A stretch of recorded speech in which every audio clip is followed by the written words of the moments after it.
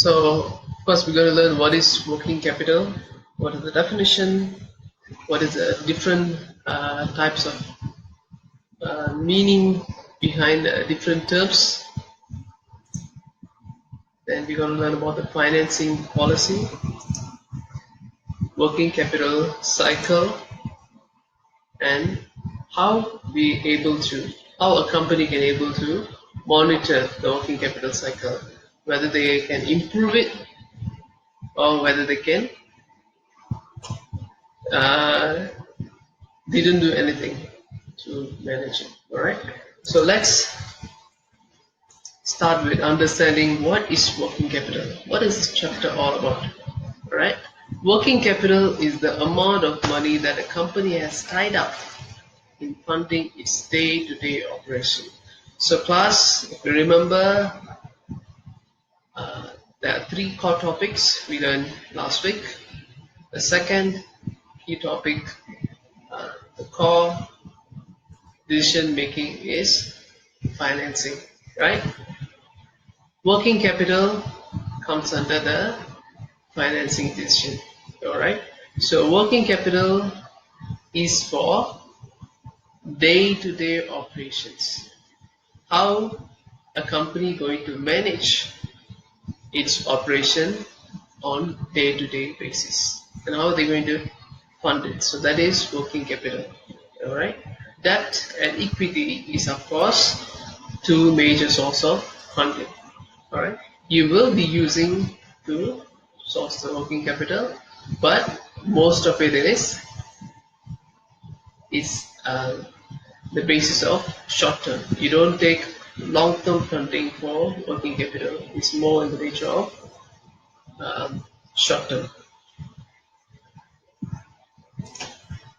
Company has to tie up money to fund its stocks, credit sales, and other current assets. Alright, so class here, the stocks, they're talking about inventories, alright, not shares. So the money that has been tied up in the form of inventory stocks, credit sales, and other current assets. So credit sales means once you sell it to your customers taking time to make the payment. So until they make the payment, you won't have the cash in your company. Alright. But this is offset by its ability to fund this from current liabilities such as purchase on credit. So class, this is people we are talking about outflow. Okay, you need to spend money to buy stocks, and of course, until the customers who buy it from you pay you, you won't have the money as well. All right, and of course, other current assets you purchase. So all this will end up cost you money, but on the other hand, this will offset. This will balance off with the current liabilities. For example, purchases on credit. All right. So most of the suppliers, when they're giving you raw materials, they would not ask you to make payment immediately. All right. They give certain period of time for you to make the payment. So you get the product, but you don't need to pay immediately. So that will offset your whatever the money you spent earlier. All right. If a company buys on credit, it does not have to tie up as much money in its stocks. Alright, if you're a company, if you're a company that involved in buying stocks, but you don't need to make the payment immediately, they give you, let's say, 1 month, 2 months to make the payment. So that is good in the sense you don't need to take out so much of money. Alright, that means you're not tying up so much of money in the form of stocks, because the suppliers, alright, they have become the trade creditors for you. In some business such as grocery retail, working capital can even be negative. How come? Plus, alright, it's supposed to be normal business sense, it will be positive, right? But here it's negative. Why? If you're a company in the business like grocery retail, you buy the products, you buy the raw material from the supplier, all right? Let's say you get the raw material today, and the supplier give you 30 days to make the payment. You get the raw material today, and let's say within 5 days you sold the product. All right.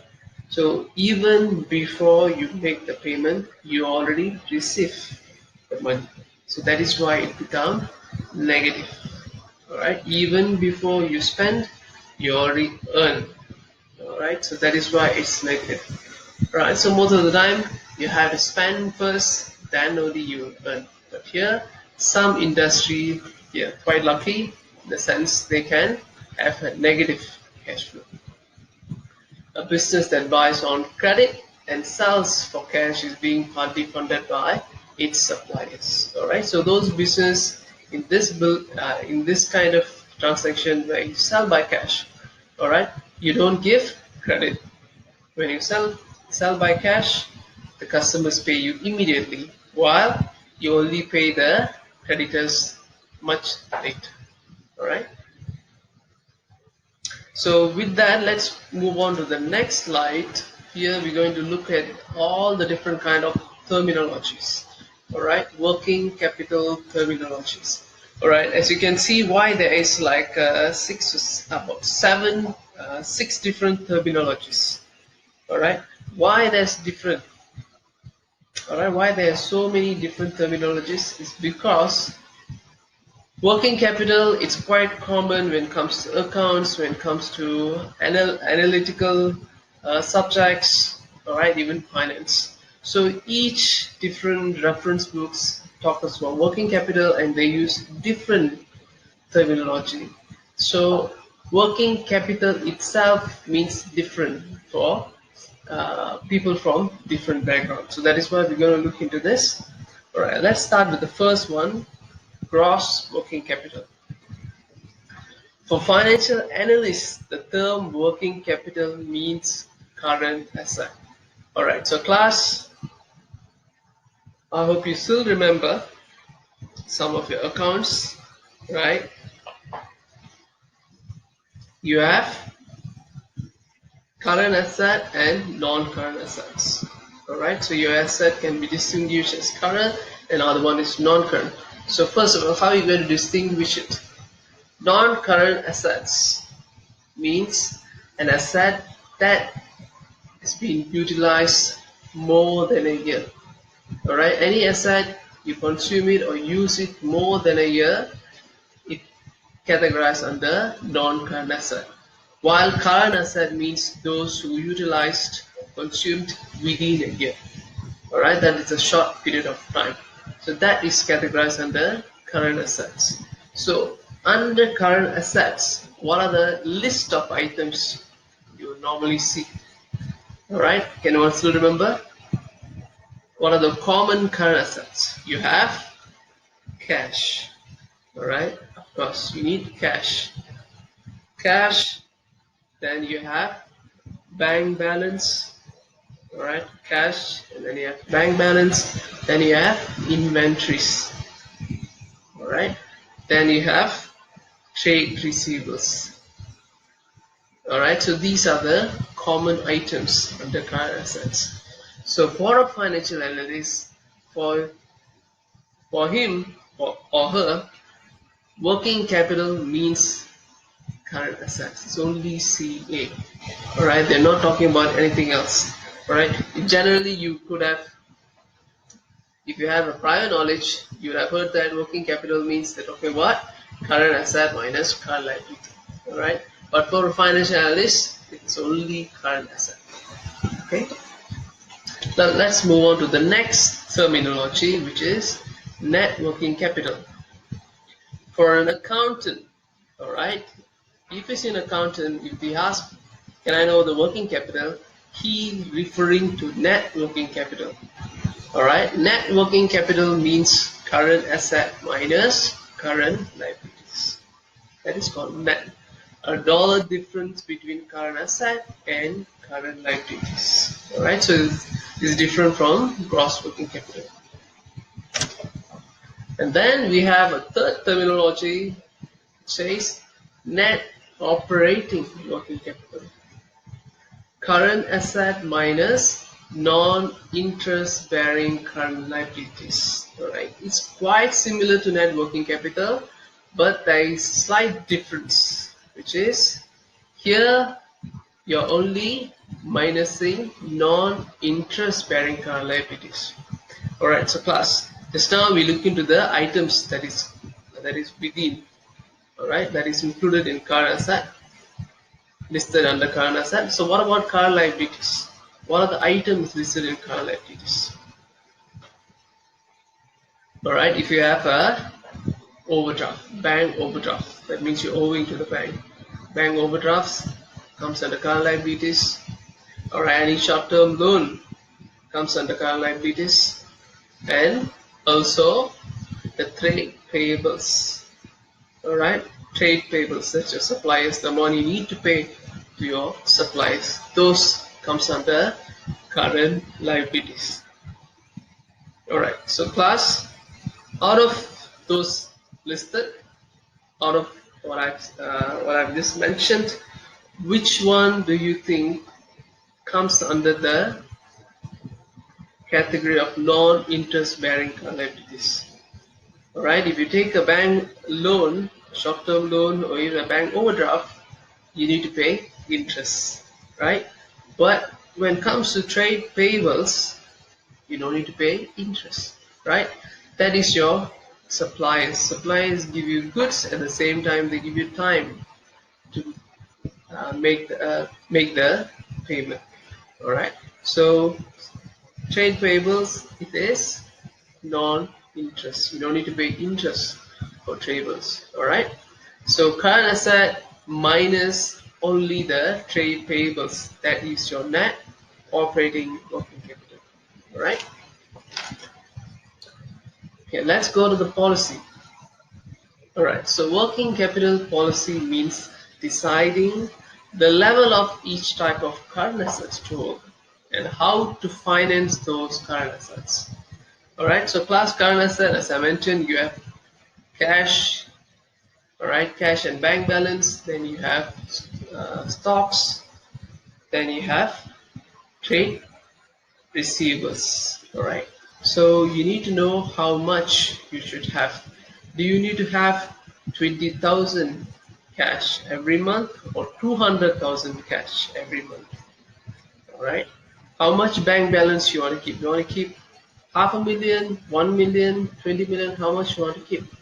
Alright, you cannot keep too less, or there's no necessary to keep too much as well, right? And then you have trade. Before trade receivables, let's talk about inventories. Again, inventories. What is the portion? What is the right portion of inventories? Okay, if you keep too less, then you might have stock out issues. If you keep too much, again, your fund has been tied up in the form of inventories. Okay, so you need to make a decision how much is the right amount you need to keep. And again, same goes to your trade receivables. You should not have too much of trade receivables. If you have the amount is too high, that means again your money has been tied up in the form of current assets. So class, what is wrong with tying up your funds, tying up your money in current assets? The problem is, until the customers make you payment, until you sell the inventories, you don't have the cash. Without cash, there is no cash flow in the operation of the company. So you need cash to purchase, to produce, then to sell. Alright. So without cash, the entire operation can be in trouble. Alright. All right, next, working capital management. Working capital management involves both setting capital policies and carrying out policy in a day-to-day operation. All right, such as controlling cash, inventories, account receivables, and also short-term liability management. All right, so this each of the aspects is very important. You need to you need to know how much you have to keep it. All right, cannot be too much or too less. All right, so you need to have a working capital management who set the policies. Once you set the policies, it's equally important you have to carry out the policies. All right. Many times company has a lot of policies, but it's just there on the wall. All right. Nobody even follow it. So setting policies is important, and carrying out policies equally important. So what is the whole purpose of working capital, and why is it important to manage working capital? All right, the reason is over here. It measures how much liquid assets a company has available to build its business. All right, so class, I think I guess you already know what is liquid assets, right? You have a fixed asset. All right, you have liquid assets. Liquid assets is an asset that can be easily convertible to cash. How fast you can convert an asset into cash or cash equivalent. So that is liquid assets. All right. If you can convert the assets quickly to cash, that means that is very liquid. But if it's taking too long to convert an asset into liquid assets, that means uh, sorry, if it takes too long for an asset to be converted to cash, that means that particular asset is not liquid. All right. And so, class, why do you think liquid assets is important? All right. Why do you think it's important? Because, all right, because a company needs cash. All right. You always heard the term, right? Cash is king. You might have a lot of physical assets, a lot of non-current assets. But if you don't have cash, you cannot run your day-to-day operations. So you need to know a certain amount of liquid assets or certain asset that can be quickly convertible to cash. All right. So it's important to manage your liquid assets. All right, so next we're going to find out how different industry have different diverse working capital profiles.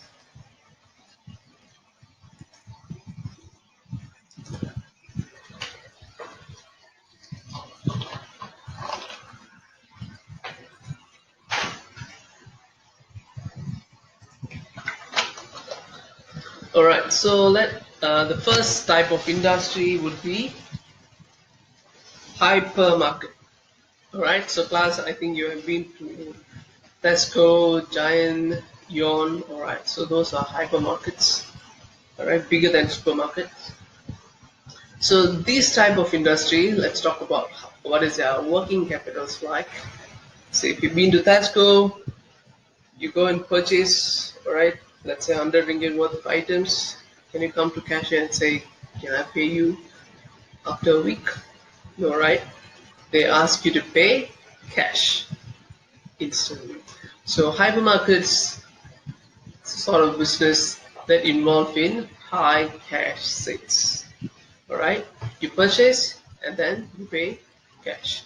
Even if you use debit card, credit card, they are still getting the money immediately, right? So high cash sales and minimal trade receivables. All right, you might have almost nil. All right,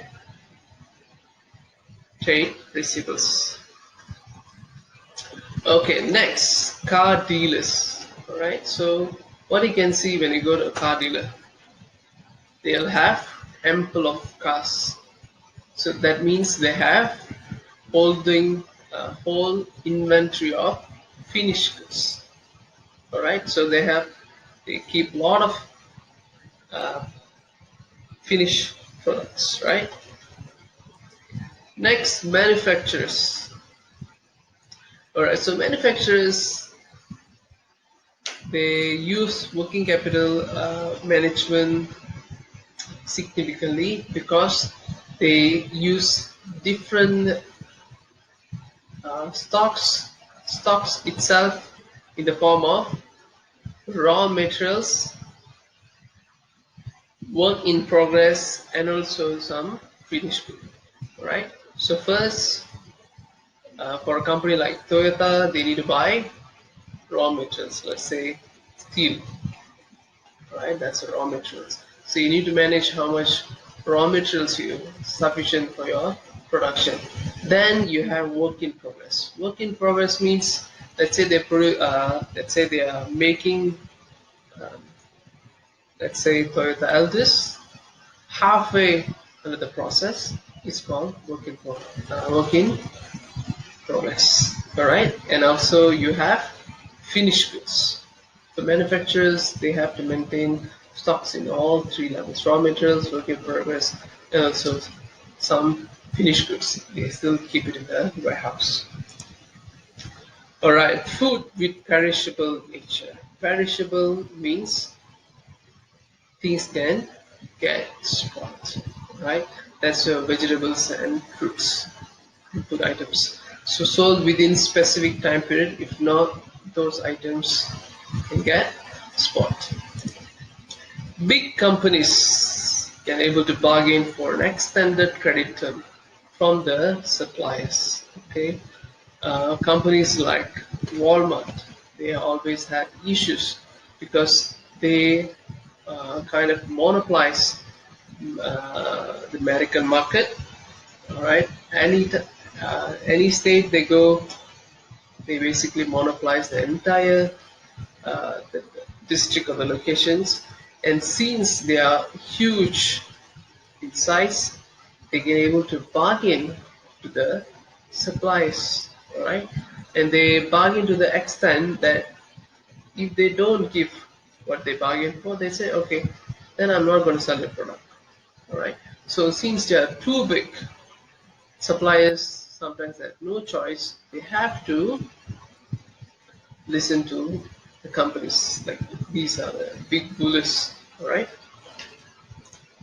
And then you have seasonal business, of course, travel agents and hotel, all right?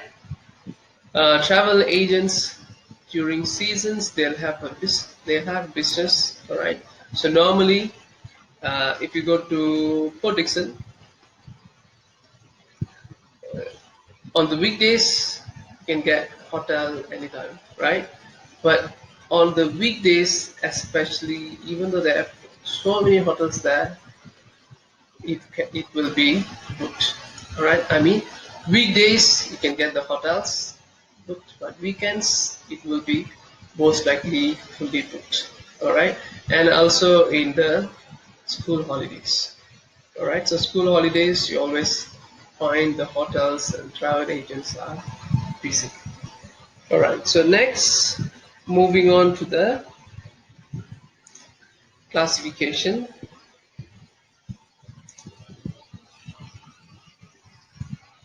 All right. So class working capital as current asset can be classified according to number one, components, and number two is by time. All right. Components means cash, marketable securities, receivables, and inventories. All right. This is something quite common if you look at a company's financial statement under the statement of financial position under the current asset. All right, you can able to see the components, different types of components.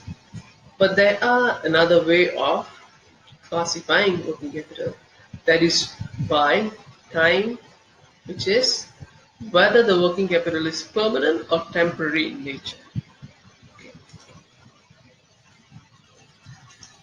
All right, so class here is permanent working capital, temporary working capital. All right, this I'm going to explain in detail in the next two slides to come. All right, so let's move on first. Per working capital, temporary working capital. I'm going to explain the next two slides from now. All right, objective of working capital management.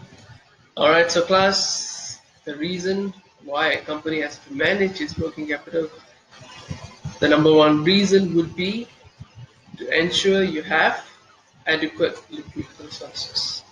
All right, the main reason is without liquid resources, without your cash and cash equivalent, you can't pay your suppliers.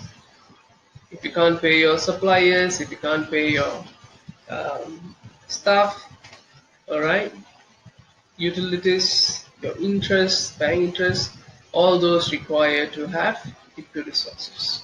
All right. To minimize the risk of insolvency while maximizing return on assets. All right. So, class, why do you think they might face this issue, risk of insolvency? When do you think company can go bankrupt? When the company has a debt obligations. All right.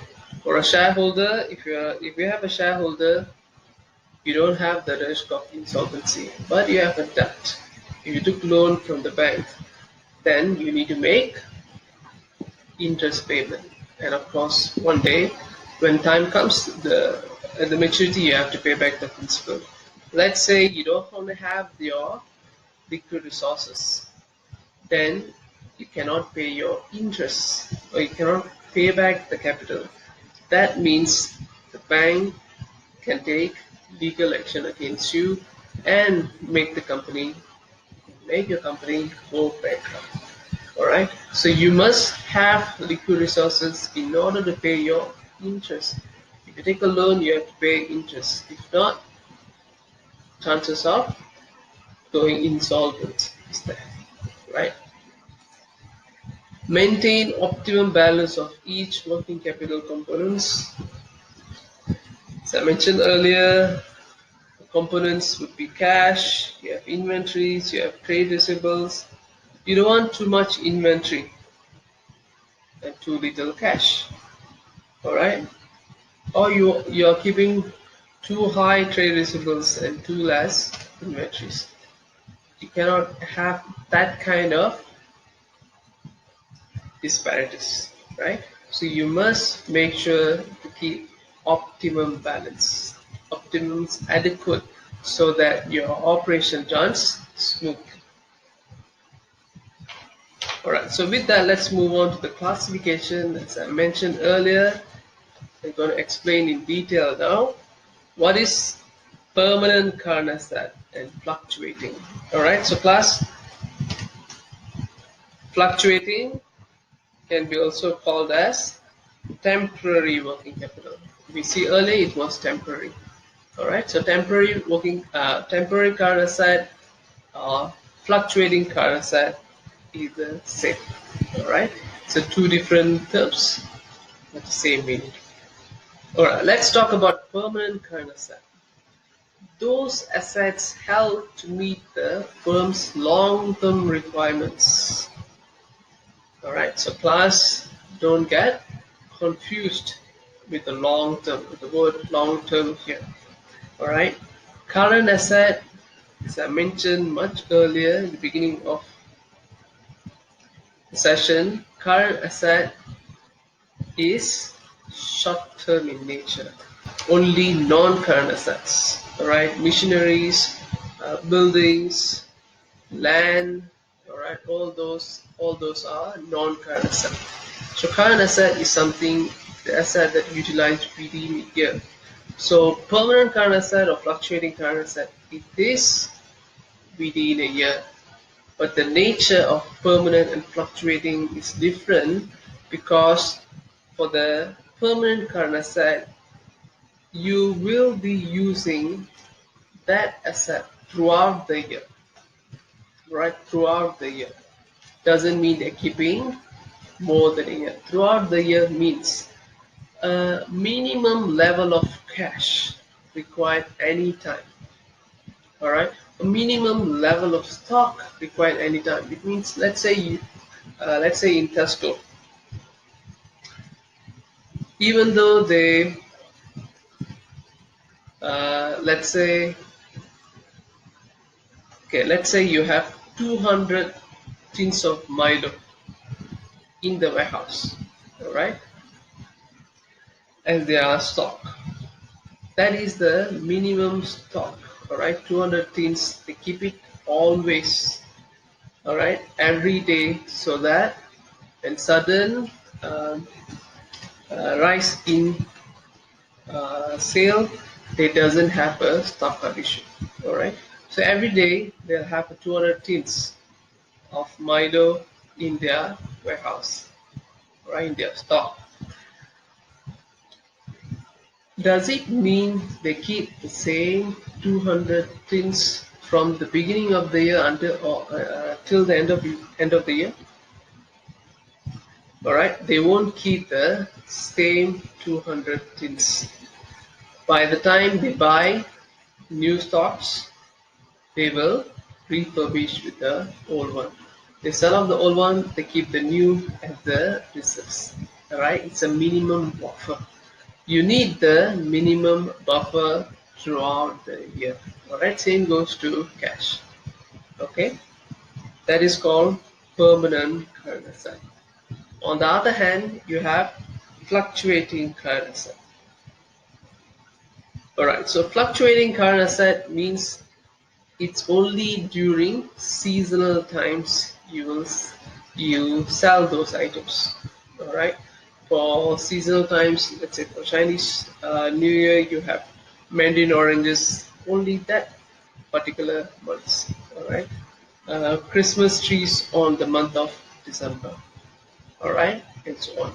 So you only have these on a certain period of time. So at that point of time, your stock level will be high, and the rest of the year you don't have much stock on these items. All right, so that is why fluctuating or temporary current asset. All right, so with that we move on to working capital financing policies. All right, there are three ways. All right, so class, read what are the three different policies.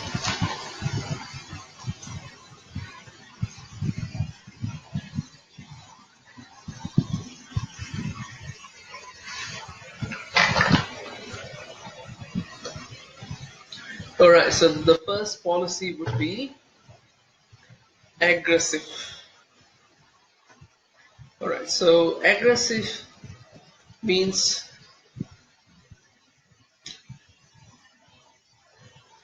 for a company you use short-term financing to finance your permanent current asset.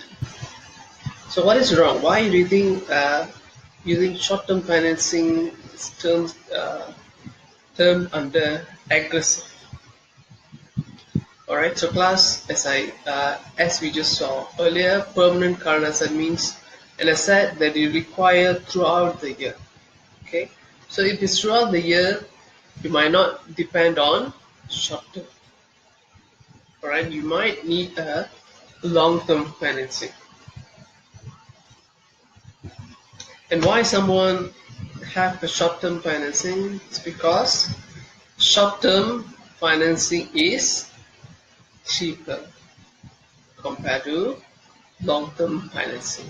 All right, just imagine you're from a bank. There's two company A, company B. Company A taking 100,000 for 3 months. All right, a loan for 3 months, and the other company is taking for 3 years. The bank will charge high interest for. Is it for 3 months or 3 years? All right, they will charge high interest for the company that took the loan for 3 years, because the longer the term, longer the duration, higher the uncertainties, so the bank will charge high interest. So you are taking chances of paying lesser interest and end up trying to fund a permanent current asset. On the other hand, you have conservative.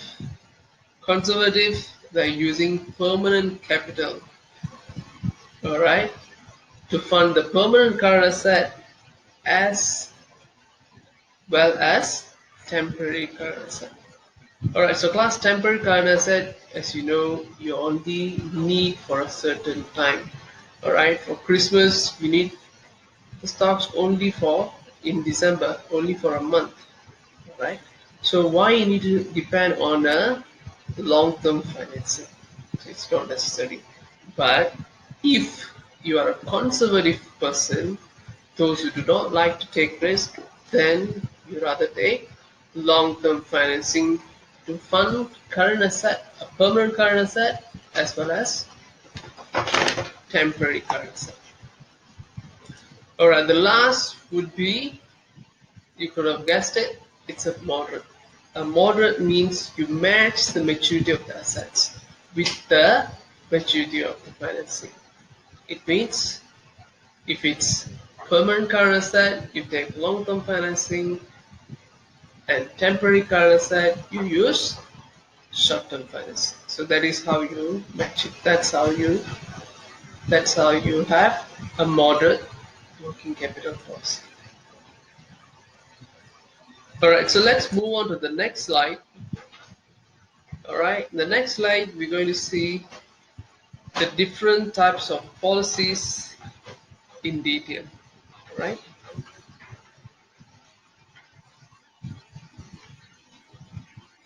Alright, so let's start with aggressive financing policy. Uses more short-term financing to finance the current asset.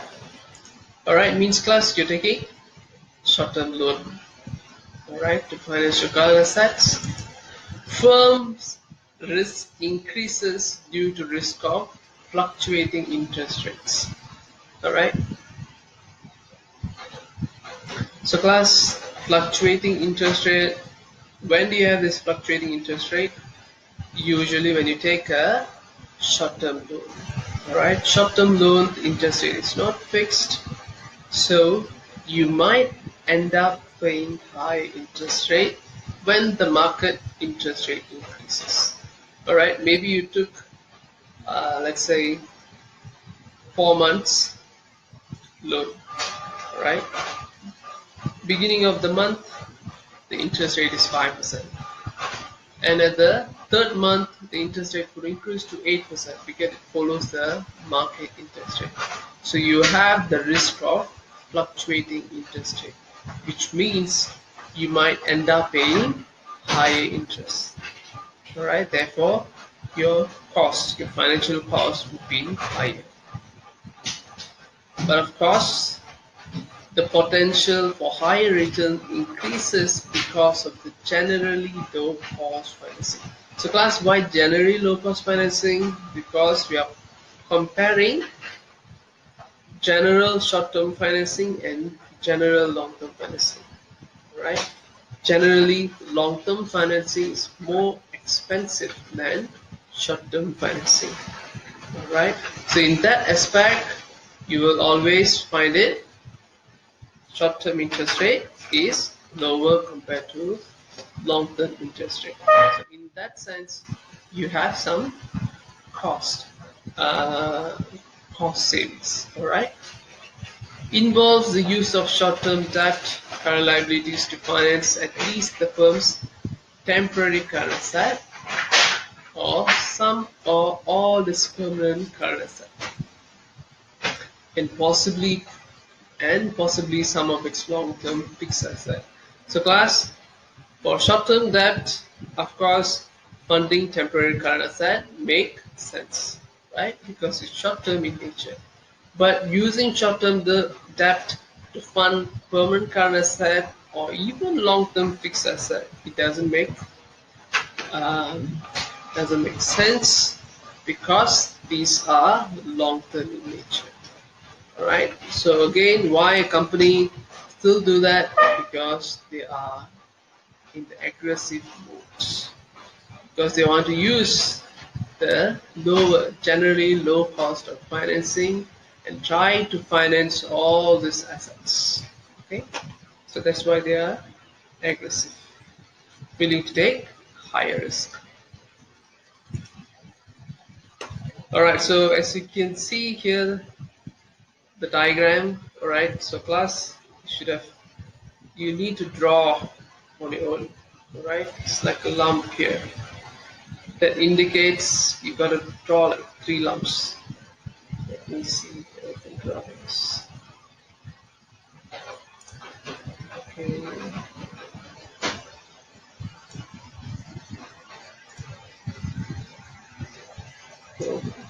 Works. Then we have another one. Then we have another one. Okay, so you have to do that to indicate those are the temporary current asset, which means it increases, then reduces. It increases, reduces, and the same goes to the third. All right. So as you can see here, if your aggressive financing policy, you might use your short-term loans to fund your current asset and as well as your permanent current asset. Alright, sometimes you're too aggressive, you might even fund it until your fixed assets. Alright, so that is those under the aggressive financing policy. Okay, let's move on to the next, conservative. Alright, so class, conservative means companies, alright, who doesn't like to take risk. They prefer low risk, minimal risk. So here, companies prefer to take long-term borrowing to finance the current asset. So class, why long-term borrowing? Why is it considered less risky? Alright, it's because borrowing short-term is riskier compared to borrowing long-term. Okay, why long-term is less risk compared to short-term? Alright, so the reason is because when you take a 3-year loan compared to 3 months loan, for the next 3-year loan, first your interest rate is fixed. Alright, you don't need to think about whether in next 2 months or 3 months when the interest rate will increase. Or you don't need to follow the market saying that okay, the market rate looks like it's going to increase, then we might end up paying high interest. So you don't need to follow all that because you know for the next 3 years your interest rate is fixed. And the second reason is you took the principal, let's say for the 3 months loan and for the 3 years loan, let's say you take same amount, okay, 1 million. The first 3 months you took the 1 million loan and you only have 3 months to pay back. While the other loan for 3 years, you have 3 long years for you to pay back the principal. Alright, what I'm trying to say is you have a longer time to pay back your principal compared to the short 3 months. Alright, so you have a longer duration to pay back. So that is why it's less risky. One is the interest is fixed. Another reason is you have a longer period of paying back the principal. Alright, so that is why those on the conservative financing policies, they prefer to use long-term borrowing. So involves the use of long-term debt and equity. Alright, so class, these are the two source of funding, debt and equity. And of course, your debt has to be long-term, right? Do I need to say long-term equity? I'm not required to say that because equity by origin, it is by nature, it is long-term. You cannot find a short-term. Alright, so use this long-term funding to finance all the fixed asset, permanent current asset, even some portion of temporary current asset. Right? So generally, of course, is more expensive compared to short-term financing.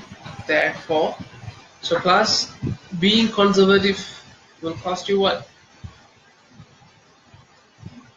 Being conservative, you might end up paying higher interest rate.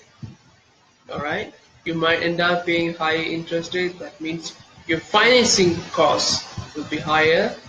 If you'll still remember in your income statement, alright, after revenue, after expenses, one of the last uh, cost is financing cost. Alright, so when you take long-term financing, your financing cost will be higher. If your cost is higher, your profit will be lower. Alright, so being conservative financing policy, you end up having lower profit compared to the aggressive, those with the aggressive financing policy.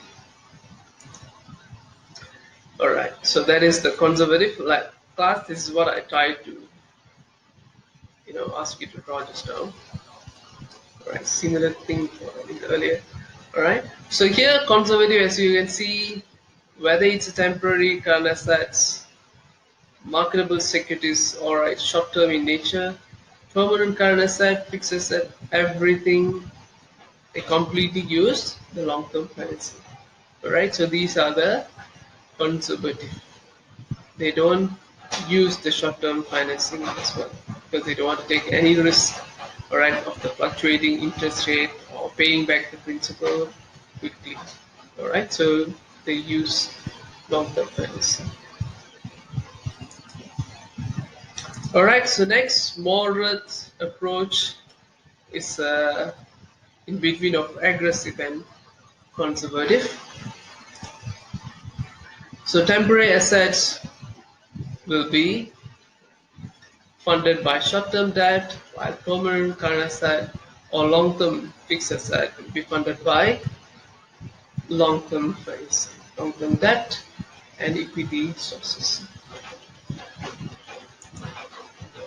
So this approach balances the same amount of risk by the same amount of expected return. Right? So this is the balancing approach. Alright, so let's move on to the next slide.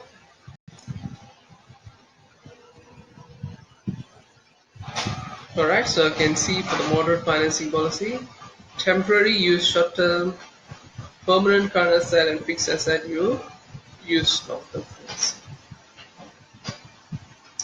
Alright, so class, let's move on to the next subtopic, which is working capital cycle. Alright, so you would have heard this before, working capital cycle, and it has aka different names, different terms, also known as operating cycle, cash operating cycle, cash conversion cycle, and also working capital cycle.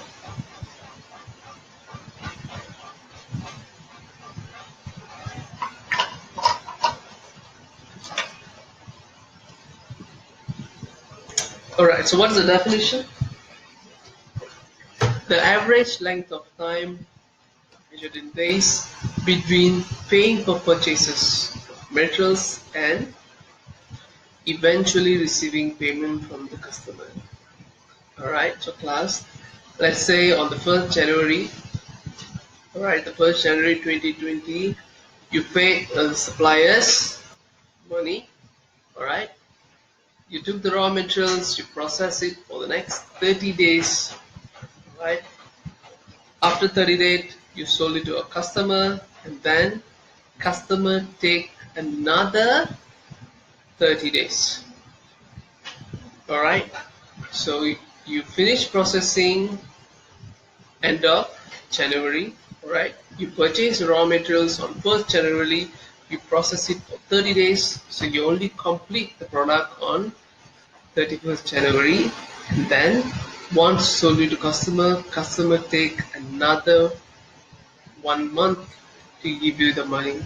So the entire duration of working capital cycle is 2 months, right? Because you paid out on 1st January and you receive back, let's say, on 28th February. So the entire duration is called working capital cycle, right? So how are you going to measure it? You add raw material holding period. All right, how long you keep your raw materials before you process it. Work in progress. All right, how long you have a semi-complete, right? A product that is partially finished. How long you hold it? If this one is finished good. Once you complete it, how long you still keep it in your store or warehouse. All right. The next one is receivables collection period. From the time you pay to your, from the time you sell it to your customers, how long they will take to make their payment. That's why receivables. All right, receivables collection period. Then payables payment period. All right, this is your from this from the suppliers. How long will you take to make the payment? So class, as you can see, the only item that you minus is payables. Alright, so it's easy to remember. Work in progress, finished goods, receivables, alright, and raw materials, all that you have to add. Only thing you minus is payables. Okay.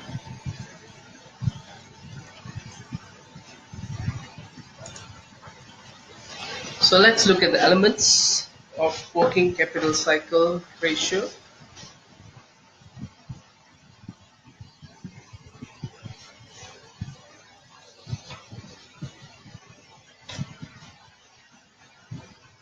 Alright, so the average inventory turnover period. Time between buying inventory, using it to create a sale. Alright, so average inventory turnover. Okay, so inventory turnover, just remember from the time you buy the raw materials, you process and convert to sales. Alright, so how long it take for you to buy, process and sell it, create a sale. Alright, so that's the duration we call as average inventory turnover period. And then receivables collection period, debtor days, is time from making a sale to receiving payment from the customer. As I mentioned earlier, it took from 1st January until 31st January is the time for you to, from the raw materials, to convert to a product, a final product to sell. And the receivables collection period from 31st January, it took another month for the customers to make the payment. So that is called debtor days. So debtor days is another 1 month. So here 1 month based on the example I gave, receivables collection period is another month. Alright, so payables payment period is from the time you get the raw materials, how long you take to make the payment to the suppliers. So that is creditor days. Alright, so let's look at the example. Alright, so class, I give you some time. Alright, immediately read the example, try to calculate how long is the company's operating cycle. Alright, try now.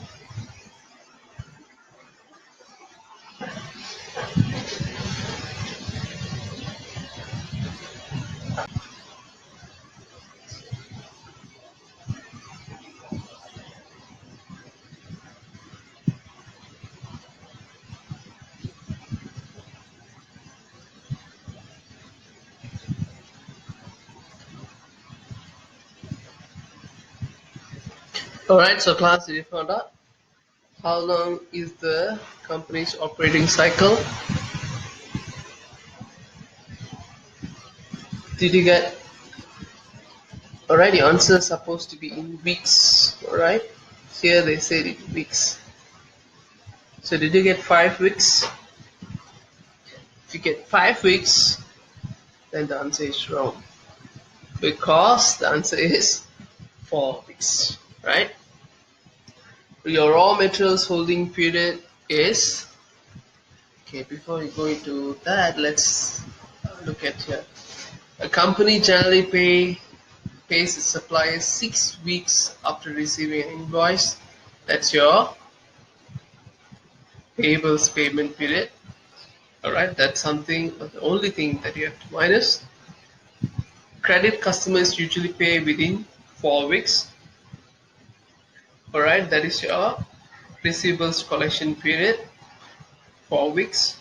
Raw materials inventory are held for a week before processing, which takes 3 weeks, which means the raw materials holding period is 1 week, and then you process it for 3 weeks. So that is your work in progress. Okay. Then the finished goods stay in inventory for average 2 weeks. So you add all minus 6 weeks, you should be getting 4 weeks. Alright, your answer is 4. Alright, so let's look at the importance of working capital. The longer inventory turnover period, or you have long debtor period, both will lengthen the operating cycle. Alright, if instead of taking, let's say, the beginning, the example I give from the 1st January until 31st January, if you take even longer, let's say 2 months, that means your working capital cycle will increase further. From 2 months, it's now going to become 3 months. And again, debtors period. If you're taking longer time to collect the money, again your working capital cycle is going to increase. Alright? Or on the other hand, you increase your investment in inventory and receivable. That means what? If your inventory turnover period increases, your debtor collection period increases, that means your money has been tied up in the form of inventory and receivables. Alright, so when your cash has been tied up in the working capital, then you might have cash shortages or cash flow problem. So that is where you have some issues to run your day-to-day operations. So to maintain the length of operating cycle at a level where investment in working capital is not excessive. Alright, not too much, so that your liquidity is sufficient. Right, you don't need to keep too much. At the same time, you must have sufficient to run your business. Alright, so of course next you're going to calculate some of the ratios. You identify where or what are the areas we need to have a closer look. Alright, based on the ratios, we need to identify what are the aspects we need to focus further in order to improve the working capital.